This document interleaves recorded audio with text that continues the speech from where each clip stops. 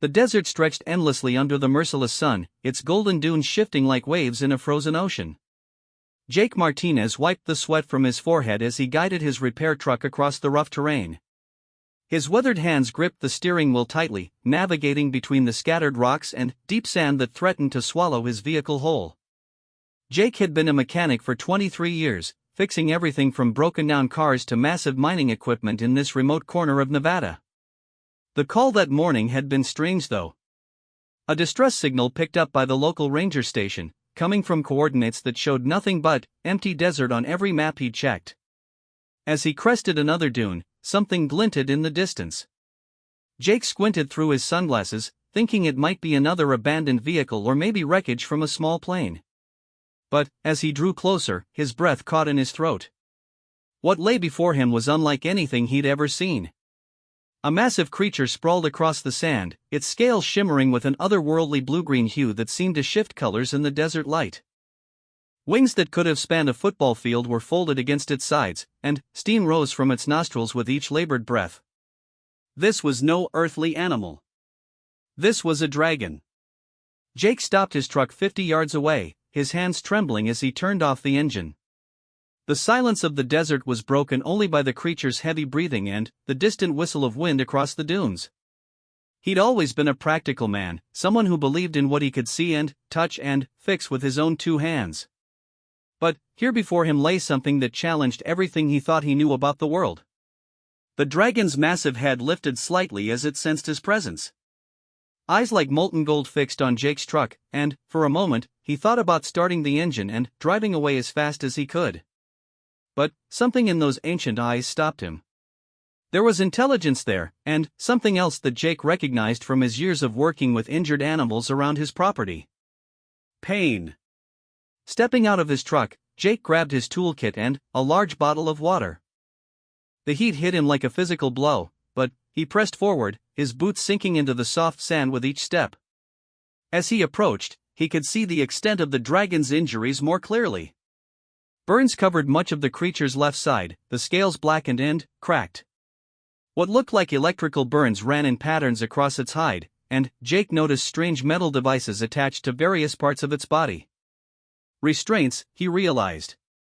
Someone or something had been keeping this magnificent creature captive. The dragon watched his approach but made no aggressive moves. Its breathing was shallow and rapid, clearly struggling in the extreme heat. Jake had seen enough injured animals to recognize the signs of severe dehydration and exhaustion. Moving slowly and speaking in the same gentle tone he used with frightened horses, Jake approached the dragon's massive head. "Easy there, big guy," he said, his voice barely above a whisper. "I'm here to help." The dragon's golden eyes followed his every movement as Jake examined the restraints more closely. They were made of some kind of metal he didn't recognize, with strange symbols etched into their surface. But restraints were restraints, and Jake had learned long ago that any creature deserved to be free. He pulled out his cutting torch from his toolkit, hands steady despite the surreal nature of what he was doing. The first restraint was around the dragon's neck, a collar that looked far too tight for comfort. As Jake worked to cut through it, he noticed something else that made his blood run cold. High above in the cloudless sky, a dark shape moved against the blue. It was too far away to make out clearly, but it seemed to be watching them. Jake had the distinct feeling that whatever had done this to the dragon was still out there, possibly looking for their missing prisoner. The collar fell away with a metallic clang, and the dragon let out a sound that was part relief and part gratitude. It was a sound unlike anything Jake had ever heard, resonating deep in his chest like the lowest note of a massive organ. The creature's breathing became easier almost immediately. Working quickly now, Jake moved to the restraints on the dragon's legs and wings.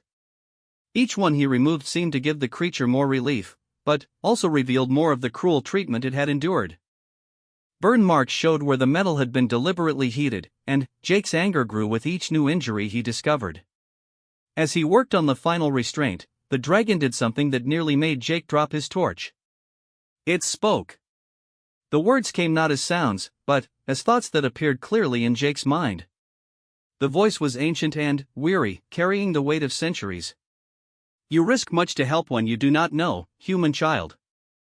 Jake's hands stilled on his work for a moment, then resumed cutting. "Every creature deserves to be free," he said aloud, not sure if the dragon could understand his speech.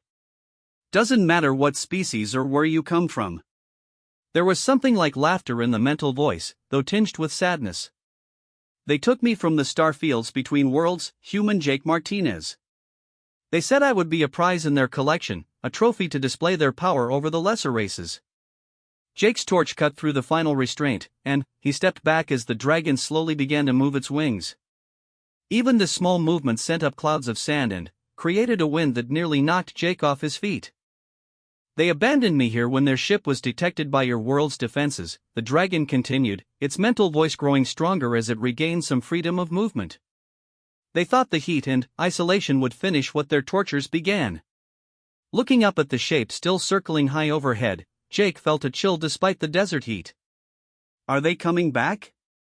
The dragon's great head turned toward the sky, and Jake felt a wave of something like bitter amusement from the creature. "They watch from their ship, hoping I will die before your authorities discover me. They underestimated both my will to live and the kindness of at least one human." Jake looked at his truck, calculating distances and possibilities. The dragon was too large and too injured to move quickly, and his vehicle was built for hauling equipment, not serving as an ambulance for mythical creatures. But he'd started this job, and Jake Martinez had never left a job unfinished. "Can you fly?" he asked, pulling out the large water bottle he'd brought and approaching the dragon's head. "Not far, and not high. The damage to my wing membrane will require time to heal." The dragon's mental voice carried gratitude as Jake carefully poured water near its mouth. The creature's tongue, easily as long as Jake's entire body, lapped up the precious liquid. A new sound reached them across the desert air. Engines, still distant but growing closer. Jake shaded his eyes and looked toward the horizon, where dust clouds marked the approach of multiple vehicles. Whether they belonged to the aliens returning to finish their work or to human authorities drawn by the distress signal, Jake couldn't tell.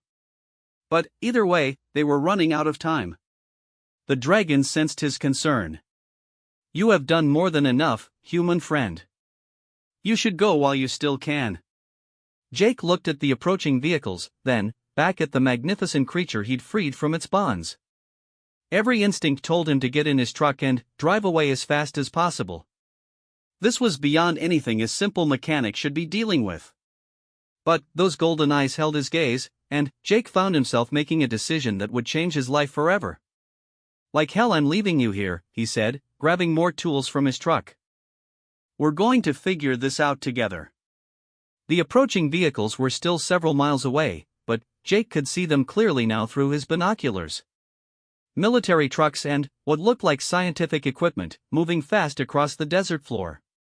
Above them, the dark shape in the sky had descended lower, revealing itself to be some kind of aircraft unlike anything in any earthly air force. "That's them," the dragon confirmed, its mental voice tight with old pain. "The collectors. They harvest rare beings from across the galaxy for their master's entertainment." Jake lowered his binoculars and looked at the injured dragon. In the short time since he'd removed the restraints, some color had returned to the creature's scales, and its breathing had steadied. But it was still clearly weak from its ordeal, and those burns would take time to heal properly. "What do they want with you specifically?" Jake asked, checking his toolkit for anything that might be useful in their situation. "I am what you might call a guardian," the dragon replied, shifting its massive bulk to face the approaching threats. "My kind has protected the peaceful worlds of the Outer Rim for over 1,000 years. The collectors believe that breaking a guardian would send a message to those who still resist their expansion." Jake felt a surge of anger at the thought of anyone torturing such a magnificent being for political purposes. He'd seen enough bullies in his life to recognize the type, whether they came from his old neighborhood or from the stars themselves. The alien ship was close enough now that Jake could make out details of its design. It looked like someone had taken a massive triangle and covered it in strange protrusions and glowing panels. No wings or visible engines, just smooth lines that seemed to bend light around them in uncomfortable ways. "Jake Martinez," the dragon said urgently, "you must understand what you risk by helping me. These beings show no mercy to those who interfere with their plans. If you leave now, you might still escape their notice. Jake was already moving, though. He'd spotted something while examining the dragon's injuries that had given him an idea. The restraints hadn't just been for holding the creature down. Some of them had clearly been designed to suppress the dragon's natural abilities, like a muzzle on a dog or hobbles on a horse. You said you were a guardian, Jake said, pulling out his heaviest cutting tools. What exactly did you guard against? A sound like distant thunder rumbled from the dragon's chest. Pirates. Slavers. Those who prey on the innocent. The golden eyes fixed on Jake with something like hope. Why do you ask? Jake was working on what looked like a thick metal band around the base of the dragon's neck, hidden beneath the scales where it was hard to see. Because I figure if someone went to this much trouble to keep you from doing your job, maybe we should let you get back to work. The band came free with a sharp crack, and immediately Jake felt the difference. The air around the dragon seemed to shimmer with heat that had nothing to do with the desert sun. The creature's eyes blazed brighter, and, when it lifted its head, there was a new strength in the movement. They dampened my fire, the dragon said, and Jake could hear the fierce joy in its mental voice. I had begun to forget what it felt like to have flame in my heart. The military convoy was close enough now that Jake could see individual soldiers in the vehicles. But his attention was drawn to the alien ship, which had moved into position directly overhead. A beam of harsh blue light shot down from its underside, and Jake felt his hair stand on end from the electrical charge in the air. They're scanning, the dragon growled, the sound audible now as well as mental. Looking for the restraint signatures to confirm I'm still helpless. Jake stepped back as the dragon began to rise, its massive form unfolding like a mountain coming to life. Even injured and weakened, it was an awe-inspiring sight. Wings that could block out the sun stretched wide, and the ground trembled under its weight as it found its footing. The blue scanning beam swept over them, and Jake saw the alien ship suddenly change course. Whatever readings they were getting, they clearly weren't what the collectors expected. They know, the dragon said grimly. They'll try to recapture me before I can fully recover my strength. The ship began to descend, and Jake could see weapon ports opening along its hull. At the same time, the military convoy had reached the outer edge of the encounter area and was spreading out in what looked like a containment formation. Great, Jake muttered, grabbing his emergency radio. Caught between aliens and the army. This day just keeps getting better. He was about to try calling for backup when the dragon's mental voice stopped him. Jake Martinez, you have given me back my freedom and my fire. Now let me give you something in return. Before Jake could ask what that meant, the dragon was moving. Despite its injuries, it launched itself into the air with a grace that defied its massive size. The downwash from its wings sent Jake tumbling across the sand, and he came up spitting grit and squinting against the swirling dust clouds. The alien ship, clearly not expecting the dragon to be capable of flight, tried to pull up sharply. But the guardian was already on them. A stream of golden fire erupted from the dragon's throat, engulfing the ship's forward section in flames that burned hotter than anything Jake had ever seen. The ship's smooth hull began to warp and buckle under the intense heat. Alien voices could be heard screaming through external speakers as their vessel started to fall from the sky. But the dragon wasn't finished with them yet. Banking sharply to avoid the falling ship, the Guardian came around for another pass. This time, instead of fire, it let out a roar that shook the very ground. Jake felt it in his bones, a sound of pure fury and righteous anger that spoke to something primal in his human brain. The alien ship crashed into a distant dune with a sound like thunder, sending up a massive plume of sand and smoke. But Jake's attention was already turning to the military vehicles, which had stopped their advance and were now pointing various weapons skyward. The dragon landed heavily near Jake's truck, its golden eyes fixed on the soldiers. I have no quarrel with your defenders, Jake Martinez. But they may not see it that way. Jake could see officers emerging from the vehicles, some with weapons drawn, others with what looked like scientific equipment. He made a decision that surprised even himself, walking out into the space between the dragon and the approaching military forces with his hands raised. Hold your fire, he shouted, hoping his voice would carry across the desert air. This creature is friendly. It just saved us all from the real threat. A voice amplified by a megaphone answered him. Step away from the alien entity, civilian. This is a matter of national security. Jake looked back at the dragon, which was watching the exchange with what might have been amusement. Any suggestions? He asked. The ancient mental voice carried a warmth that Jake was beginning to recognize as affection. You continue to surprise me, human friend. Few beings would stand between a guardian and those they see as potential threats. One of the military vehicles was approaching slowly, and Jake could see a man in officer's insignia standing in the back. As they drew closer, he raised a megaphone to his lips. I'm Colonel Harrison, Nevada National Guard. We detected an unauthorized aircraft in restricted airspace, followed by what appeared to be weapons fire. Can you explain what happened here? Jake took a deep breath, knowing that his next words would probably sound insane to anyone who hadn't witnessed the last hour.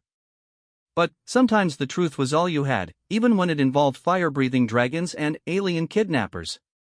Colonel, he called back, you're going to want to sit down for this explanation. Colonel Harrison's vehicle came to a stop 30 yards away, close enough for conversation but far enough to retreat quickly if needed. Jake could see soldiers with cameras and recording equipment setting up behind the colonel, while others maintained defensive positions with weapons that looked far more advanced than standard military issue. Sir, Jake called out, before anyone does anything they might regret, you should know that this dragon just saved all our lives. Those aliens had been torturing it, and, when they saw it freed it, they were coming back to finish the job. Probably would have killed any witnesses too. The dragon lowered its massive head closer to Jake's level, and spoke in a voice that rumbled like distant thunder, but was clearly audible to all present. The human speaks truth, Colonel Harrison. I am called Pyraxis, guardian of the 7th sector. I mean no harm to your world or your people. The effect on the soldiers was immediate and dramatic. Some raised weapons, others dropped them in shock, and Jake heard at least one man mutter something about needing a stronger drink. Colonel Harrison, to his credit, maintained his composure, though Jake could see the man's hand trembling slightly as he lowered his megaphone. Did that thing just talk? One of the soldiers whispered, loud enough for everyone to hear. Dragon, Jake corrected automatically. And his name is Pyraxis. Show some respect. The colonel stepped down from his vehicle, moving with the careful deliberation of someone trying to process an impossible situation. Mr. Martinez. Jake Martinez. I'm a mechanic from Tonopah. Mr. Martinez, I'm going to need you to explain, very slowly and clearly, everything that happened here today. Over the next 20 minutes, Jake recounted the morning's events while Pyraxis occasionally added details or corrections. The dragon's ability to speak seemed to make the soldiers more comfortable rather than less, as if having a conversation was somehow more normal than dealing with a silent alien monster. As Jake finished his account, Colonel Harrison was quiet for a long moment, studying the crashed alien ship in the distance. Smoke was still rising from the wreckage, and Jake could see other vehicles moving toward it. The ship appears to be completely destroyed, the colonel said finally. Our preliminary scans aren't picking up any life signs. Pyraxis shifted slightly, his golden eyes fixed on the crash site. The collectors are not easily killed, Colonel. But their ship was not built to withstand Guardian fire. If any survived, they are badly injured and trapped. Guardian fire? Harrison asked. What you might call dragon fire, though that term is imprecise, Pyraxis explained. It burns through most known materials and energy shields.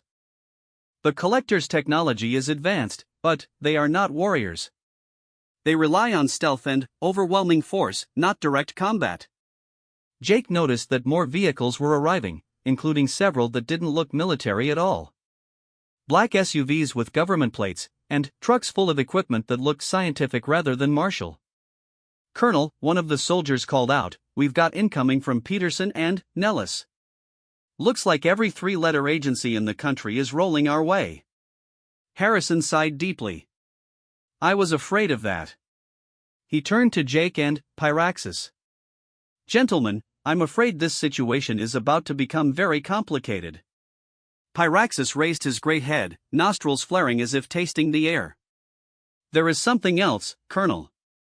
Something your instruments may not detect. What do you mean? The collectors rarely work alone.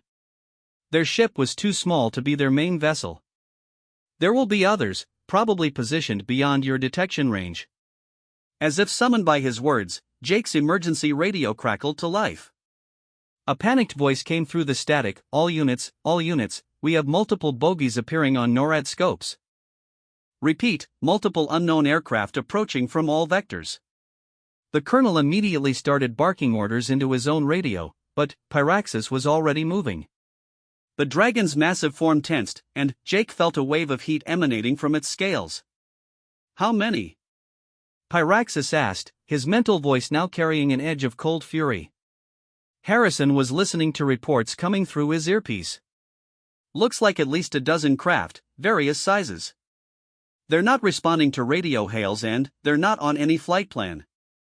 Jake looked up at the sky, which still appeared empty except for a few distant clouds. How long before they get here? At their current speed?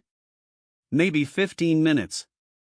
Pyraxis was quiet for a moment, and Jake got the impression the dragon was thinking hard about their options. When he spoke again, it was with the authority of someone accustomed to making life and death decisions. Colonel Harrison, you need to evacuate your people immediately. Your weapons are not designed to fight collector ships, and they will not hesitate to destroy anything they see as a threat.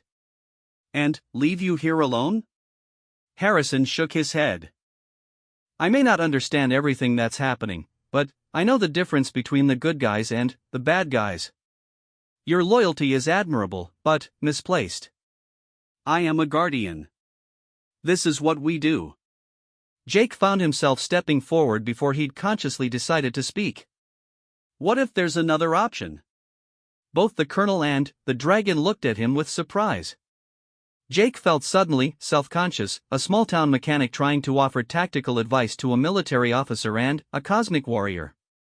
But he'd had an idea brewing since Pyraxis had mentioned the collector's reliance on technology over direct combat. You said they're not warriors, Jake said to Pyraxis. And their ships aren't built for real fights. What if we could even the odds somehow? What do you have in mind? Harrison asked. Jake pointed to the crashed alien ship. That wreck is full of their technology, right? And some of it might still be functional. What if we could turn their own weapons against them? Pyraxis's eyes blazed brighter. The human thinks like a guardian. It could work if we can reach the ship and identify usable systems quickly enough. Harrison was already moving. My tech specialists can hotwire anything that runs on electricity. If you can tell them what to look for. I will do better than that, Pyraxis said, spreading his massive wings. I will show them. The next few minutes were a whirlwind of activity. Harrison's team split up, some evacuating non-essential personnel while others grabbed every piece of technical equipment they could carry and headed for the crash site. Jake found himself running alongside soldiers and scientists, all of them following a flying dragon across the Nevada desert. The alien ship had buried itself nose-first in a massive dune, its rear section jutting up at an angle like the tail of a diving whale. Up close, Jake could see that the hull was made of something that looked like metal but felt warm to the touch and seemed to shift color depending on the angle of view. Here, Pyraxis said, using one massive claw to tear open a section of the hull. Their weapons array is intact, but it will take time to adapt it to your power systems. Jake looked inside the exposed compartment and felt his mechanic's instincts kick in. Alien or not, this was still machinery, and machinery followed certain basic principles. How much time do we have? Colonel Harrison was monitoring his radio. Bogies are still inbound. Maybe 8 minutes now.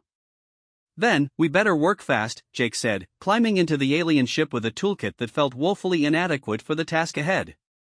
Inside, the ship was like nothing he'd ever seen, but also strangely familiar.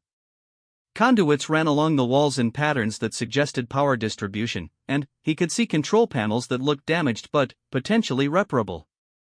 Pyraxis, he called out, I'm going to need you to be my translator here. Can you tell me what these systems do? The dragon's great head appeared in the opening he'd made. The triangular panels control targeting. The crystalline structures store energy. And those cables. His eyes widened. Jake Martinez, step away from those cables immediately. But Jake was already reaching for them, guided by an instinct he couldn't quite explain. As his hands touched the alien conduits, the world exploded into light and sensation, and, suddenly, he could see exactly how everything in the ship connected together. And, more importantly, he could see how to make it all work for them instead of against them. The sensation of touching the alien conduits was unlike anything Jake had ever experienced. Information flooded his mind, not as thoughts or words, but as pure understanding. He could see the ship's systems as clearly as if he designed them himself, could feel the flow of energy through crystalline matrices and understand the purpose of every component. Jake. Colonel Harrison's voice seemed to come from very far away. Talk to me. What's happening? Jake found his voice with effort. It's some kind of neural interface. The ship is showing me how it works. His hands moved across the alien controls with growing confidence. I can reroute power to the weapons systems, but I'll need help with the targeting. Pyraxis's mental voice cut through the technological chatter in Jake's mind. Be careful, human friend. Collector ships are designed to bond with their operators. The longer you remain connected, the harder it becomes to break free. Jake could feel what the dragon meant. The alien systems were seductive, offering capabilities beyond human imagination. He could pilot this ship across the galaxy, see worlds beyond counting, wield weapons that could crack planets. All he had to do was let go of his human limitations and become something more. But then, he heard the sound of approaching engines overhead, and remembered what was at stake. Whatever these collectors wanted, they'd tortured an innocent being to get it, and they wouldn't hesitate to do worse to protect their interests. Colonel, Jake called out, his hands dancing across alien controls that responded to his thoughts as much as his touch. I'm bringing the weapon systems online now. They're designed to track and target other collector ships automatically. Harrison's technicians had managed to run power cables from their portable generators into the alien ship's energy storage crystals.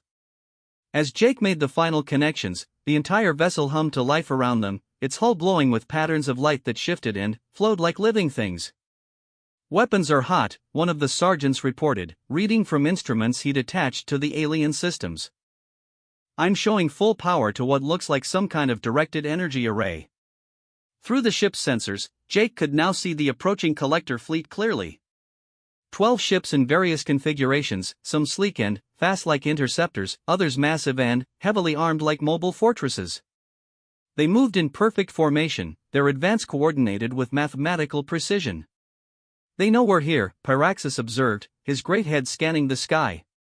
But they do not yet understand what we have accomplished. The lead ships were close enough now to be visible as dark specks against the bright sky. Jake could feel the alien vessel's targeting systems locking onto them, calculating range and trajectory with inhuman accuracy. But something was wrong. The weapons won't fire, he reported, frustration creeping into his voice. There's some kind of safety protocol preventing me from targeting other collector ships. Harrison swore creatively. Can you override it? Jake was already diving deeper into the ship's programming, following pathways of logic and command structures that human technology wouldn't achieve for centuries. The safety protocols were buried deep, woven into the very core of the vessel's operating system. It's like a conscience, he explained. The ship literally cannot fire on its own kind, no matter who's giving the orders. Pyraxis's mental voice carried a note of grim satisfaction. Then, we do this the old way. Jake Martinez, can you turn those weapons to manual control? I think so, but someone would have to aim them manually. The automatic systems won't cooperate. Leave that to me. Jake's hands flew over the alien controls, rerouting command pathways and bypassing automated systems. It was like performing surgery on a living computer, every change requiring delicate precision to avoid crashing the entire network. Done, he announced, just as the first collector ships opened fire. Beams of coherent energy lanced down from the sky, striking the sand around their position and turning it to glass. The aliens were being careful not to damage their own ship, but that restraint wouldn't last long once they realized what was happening. Pyraxis spread his massive wings and launched himself into the air, his golden eyes tracking the movement of the enemy vessels with predatory intensity. Now, Jake Martinez. Jake reached for the manual fire controls, feeling the alien weapon systems respond to his will. Energy coursed through crystalline matrices, building to levels that made his hair stand on end and filled the air with ozone. Firing, he shouted, squeezing the alien trigger mechanism. A beam of brilliant white light erupted from the crashed ship's weapon array, guided by Pyraxis's keen eyes and battlefield experience. It struck one of the smaller collector vessels dead center, and the alien craft simply ceased to exist, vaporized in an instant of incredible heat. The remaining ships immediately scattered, their perfect formation dissolving into chaos as they realized they faced a threat they hadn't anticipated. But Pyraxis was already tracking his next target, and Jake was learning to use the alien weapons with growing skill. Another one, the dragon called out mentally, and Jake fired again. This time the beam caught a larger ship along its flank, sending it spinning out of control to crash somewhere beyond the horizon. The collectors regrouped quickly, though, their remaining 10 ships forming a defensive circle and returning fire with everything they had. The ground around the crash site erupted in explosions of sand and superheated glass as alien weapons found their range. "We can't stay here," Harrison shouted over the noise of the bombardment. "They'll level this whole area." Jake was thinking the same thing. The alien ship's weapons were powerful, but they were fighting from a fixed position against mobile opponents who could attack from any angle. They needed an advantage. "Pyraxis," he called out mentally, hoping the dragon could hear him over the chaos of battle. "Can this ship fly?" "The hull is compromised, but the drive systems appear intact." "Why?" Jake was already diving back into the ship's control systems, following new pathways of understanding that opened as he needed them. "Because sitting still is just making us targets." What happened next would later be described in official reports as physically impossible, though Jake preferred to think of it as creative problem-solving. Using a combination of alien technology, human ingenuity, and dragonfire, he managed to get the crashed ship airborne. It wasn't pretty. The vessel flew like a wounded bird, trailing smoke and debris as its damaged hull protested every movement. But it flew, rising from the sand with a roar of exotic engines that made the watching soldiers cover their ears. "I don't believe it," Harrison breathed, watching through binoculars as the hybrid human-alien dragon team took their fight to the sky. Jake found that piloting the alien ship was surprisingly intuitive once he stopped trying to understand it and just let his instincts guide him. The neural interface translated his intentions into actions, banking and diving as he pursued the scattered collector vessels. Pyraxis flew alongside them, his natural grace making their wounded ship look clumsy by comparison. But grace wasn't what they needed now. They needed firepower, and the alien weapons provided that in abundance. One by one, the collector ships fell.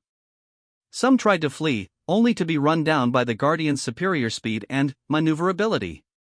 Others attempted to fight back, but their weapons were designed for intimidation and crowd control, not for combat against a determined opponent. The last ship tried a desperate gambit, diving straight down toward the military base where Colonel Harrison's remaining forces were positioned. But Jake anticipated the move, bringing their hijacked vessel around in a tight turn that tested the limits of both human endurance and alien engineering. The final shot was perfect, a beam of pure energy that intersected the diving ship's trajectory at exactly the right moment.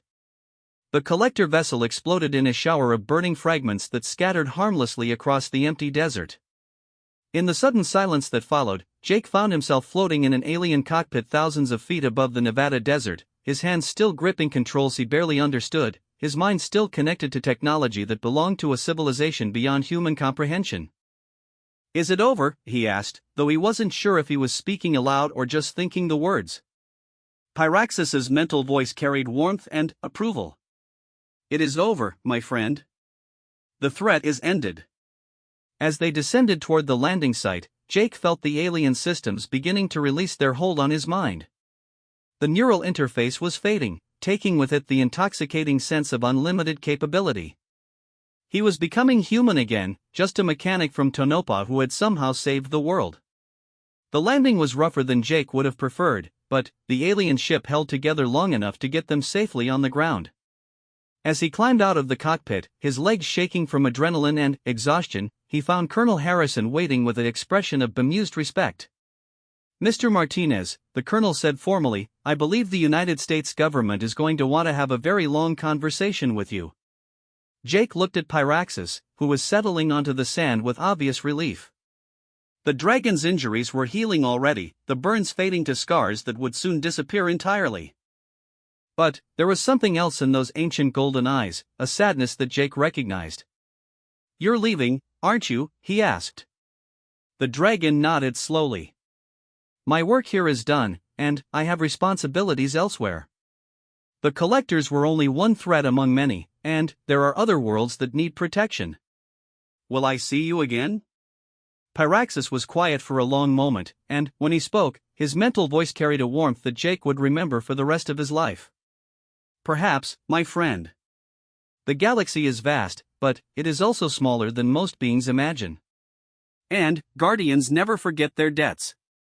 As the sun began to set over the Nevada desert, painting the sky in shades of gold and crimson, Pyraxis spread his great wings one final time.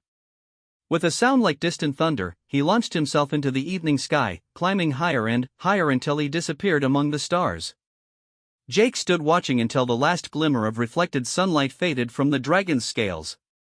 Then, he turned back to Colonel Harrison and the assembled soldiers and scientists, all of whom were staring at him with expressions ranging from awe to bewilderment. "So," Jake said, shouldering his toolkit with the air of a man returning to familiar routines, "I suppose you'll be wanting a full report." 3 months later, Jake Martinez was back in his garage in Tonopah, working on a transmission rebuild for Mrs. Patterson's ancient Ford pickup.